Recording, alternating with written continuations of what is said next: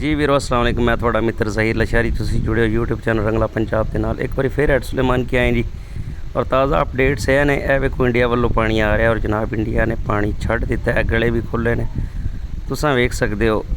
असी थोड़ा जिहा एडवांस तुहानूं पता है अपनी ऑडियंस नूं असीं दस देने। पिछली बारी भी अच्छी कवरेज असीं तुहानूं दित्ती सी सैलाब के हवाले नाल। हुण भी अगर तुसीं अपडेट रहना चाहते हो तो साडा चैनल सबसक्राइब कर लो।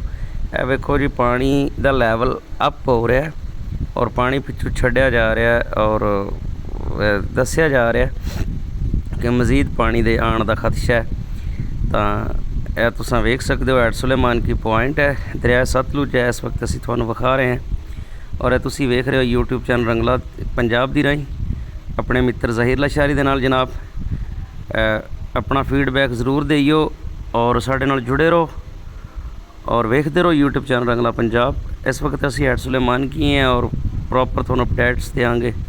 और इस दे नाल जनाब मॉरल स्टोरीज़ तुसीं वेख सकते हो, सोशल स्टोरीज़ साडे चैनल विजिट करोगे इंशाल्लाह तुहानूं मज़ा आएगा। बहुत अच्छी स्टोरीज़। यह ब्रिज है जनाब और इस ब्रिज के बारे भी कहा जाता है कि एक्सपायर है। गोरियां के मुताबिक तो आदि एक्सपायरी डेट तो गुजर चुका है, लेकिन असीं पाकिस्तानियों ने इन्हूं चलाया होया है और जनाब चला रहे हैं।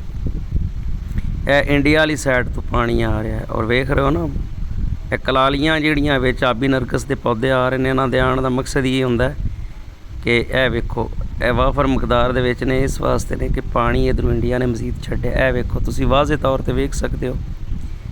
बहुत शुक्रिया साडे चैनल नाल जुड़न लई, साडे नाल सांझ पाउण लई। जनाब चैनल नूं सबसक्राइब कर दिओ, बैल आइकन दबा दिओ ताकि हर आउण वाला नवां व्लॉग तुसीं वेखदे रहो। बहुत शुक्रिया तुहाडा ते साडा।